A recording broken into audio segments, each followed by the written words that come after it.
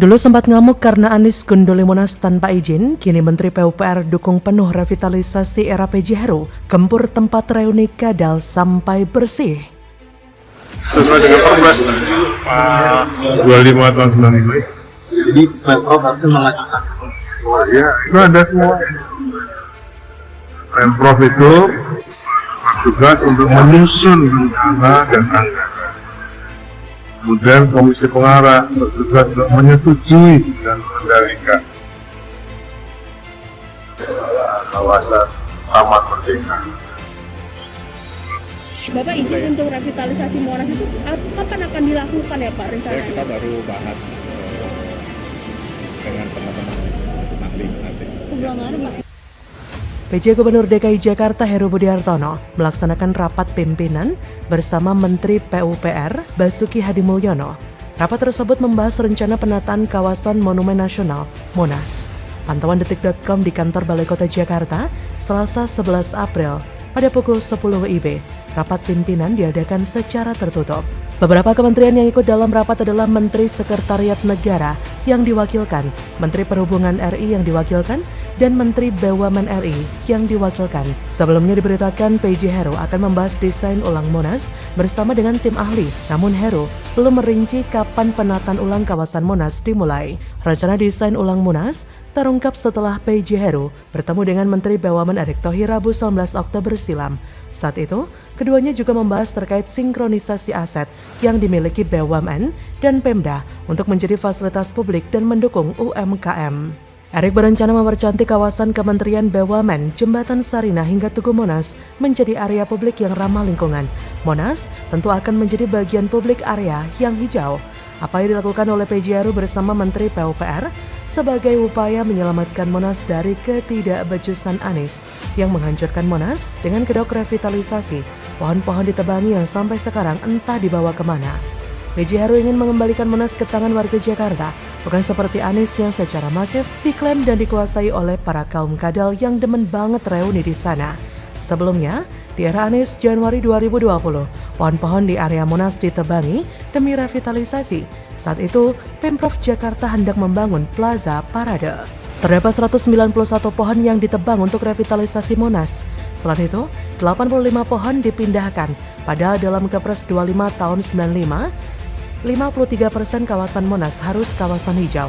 Tapi yang namanya Anies, semua yang nggak sesuai kemauan dia akan ia tabrak, meskipun itu undang-undang atau keputusan presiden sekalipun. Namun dalam rancangan baru yang sudah digagas oleh PJ Heru, justru menjadi 64% kawasan hijau. Dan itu sudah disampaikan pula oleh Komisi Pengarah Kawasan Medan Merdeka bahwa ini sebuah langkah yang sangat diapresiasi. Kalau menurut pendukungnya yang sedang kesal-kesalnya, ini adalah konspirasi untuk menjatuhkan Anies. Ini adalah persekongkolan busuk untuk merusak kembali apa yang sudah dikerjakan Anies dengan beautifikasi dari Hong Kong. Kemungkinan desain revitalisasi yang dilakukan Anies tidak direstui karena berbagai faktor. Kala itu, Menteri PUPR Basuki Hadimulyono pun sempat ngamuk karena Anies melakukan revitalisasi tanpa izin, alias seenak udelnya sendiri. Ya tapi memang bukan Anies namanya kalau tidak ngeyel dan ngotot. Apa yang dia mau harus dilanjutkan, gak peduli berapa banyak yang protes, gak peduli seberapa gak logisnya kebijakan Anies. Pendukungnya menuduh kerjaan Anies dirusak lagi. Lah ini namanya maling teriak maling dong. Emangnya Anies ini tidak merusak apa yang sudah baik di era gubernur sebelumnya? Bahkan yang penting dan mendesak pun ia acak-acak. Menurut saya, para kadal pendukung Anies sudah sangat gerah karena tempat mereka reuni akan dipersempit.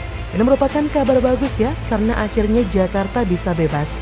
Bebas dari kaum perusak kebinekaan bangsa, bebas dari pengasong politik identitas. Jakarta kembali ke pangkuan Ibu Pertiwi. Saatnya kita bersama-sama dengan Pak Heru yang asli Indonesia untuk membersihkan Jakarta dari para pengasong politik identitas. Saatnya menyapu bersih kotoran-kotoran yang tersisa akibat politik identitas. Yang terpenting saatnya Jakarta kembali normal dan sehat. Balai kota yang kini pun sudah dibuka, menunjukkan jika Jakarta sekarang sudah bebas. Dan jangan sampai apa yang melanda Jakarta menimpa Indonesia tercinta ini. Cukup hanya Jakarta yang hancur, jangan sampai Indonesia. Untuk itu jangan pilih para pengasong politik identitas, baik perorangan ataupun partainya. Jadi, bagaimana menurut Anda?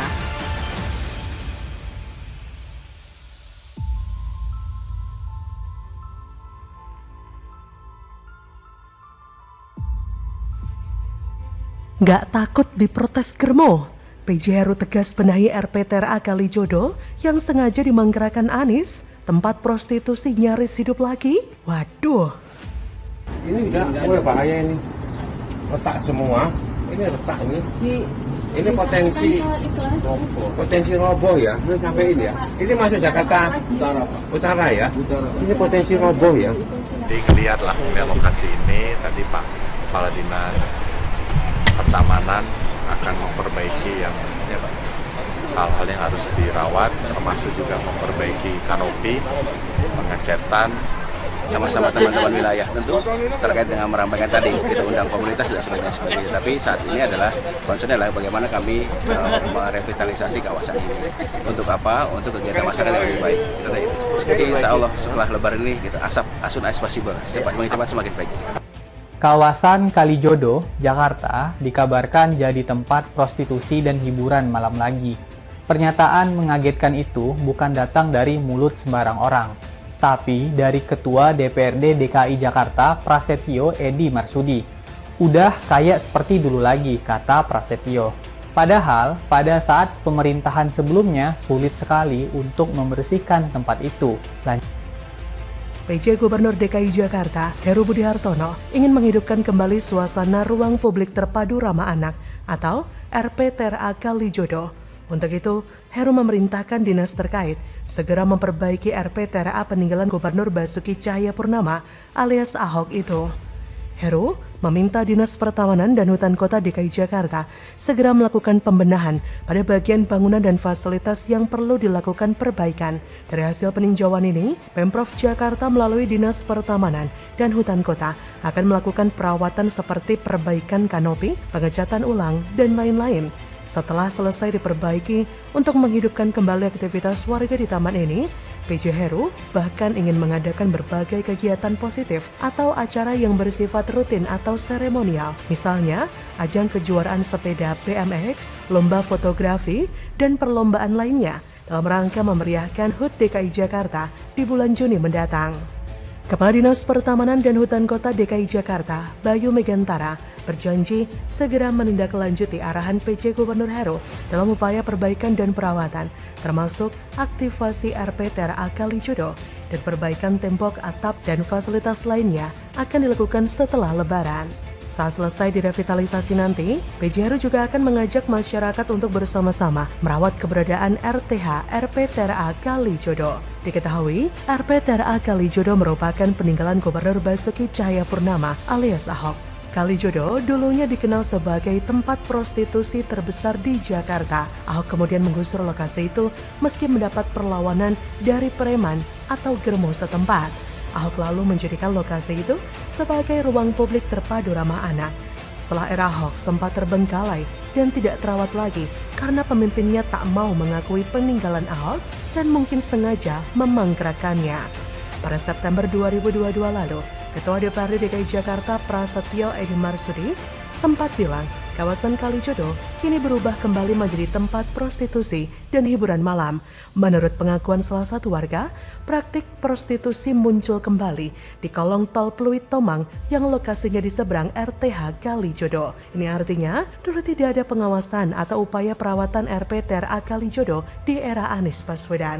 Kalau begini terus, lama-lama bisa beralih fungsi seperti dulu.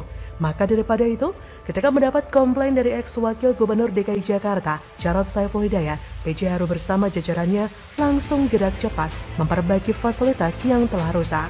Berakhirnya jabatan sang gubernur di pertengahan Oktober 2022 lalu seolah menyebabkan banyak misteri di ibu kota. Tapi hal itu bisa terjadi karena pejabat penggantinya, yaitu PJ Heru Budi, merupakan orang yang benar-benar bekerja untuk rakyat Jakarta. Semenjak PJ Heru menjabat sebagai gubernur, Heru langsung bekerja pada titik-titik masalah. Seperti dia katakan di awal jabatannya sebagai Nahkoda DKI Jakarta, bahwa dirinya akan memfokuskan pada pekerjaan-pekerjaan yang bermanfaat bagi masyarakat, seperti melanjutkan dan merawat program-program gubernur terdahulu yang mempunyai dampak besar dan positif bagi masyarakat Jakarta, seperti RPTRA Kalijodo ini.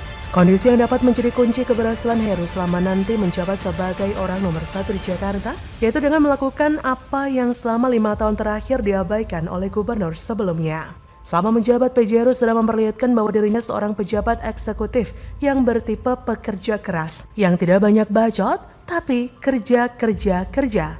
Ini mirip Jokowi yang pernah menjadi gubernur Jakarta sebelum meraih jabatan sebagai presiden. Dan yang lebih penting, PJ Heru murni bekerja untuk kepentingan masyarakat, maka dia tidak punya beban apapun, khususnya untuk melanjutkan pekerjaan Ahok, serta mau menjadi mitra pemerintah pusat dalam membenahi ibu kota Jakarta. Jadi, bagaimana menurut Anda?